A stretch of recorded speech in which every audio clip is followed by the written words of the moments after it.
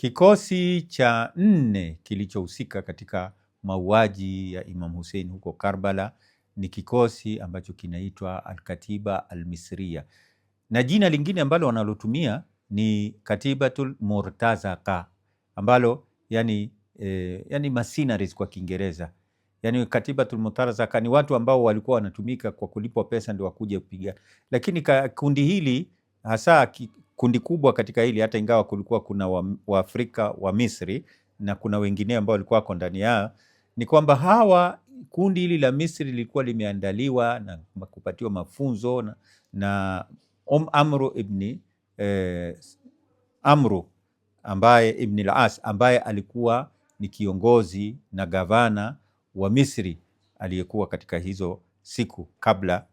na wakati wa Yazid wakawa wamechukuliwa na wakaingizwa katika kundi hili. Hawa walikuwa ni walikuja, hawakuwa na kiongozi maksusi wao, bali waliingizwa katika kundi la chini ya Omar ibn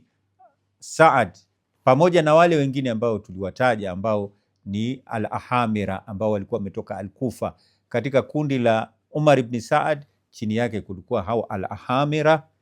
na pia wa kutoka Dailam, na hawa pia Misri wa kutoka Misri walikuwa chini yake, na wa Yemen pia walikuweko ambao walikuwa sio katika wapenzi wa Ahlul Bait kama ilivyo kwa sasa hivi. Kwa hivyo hilo ni kundi lingine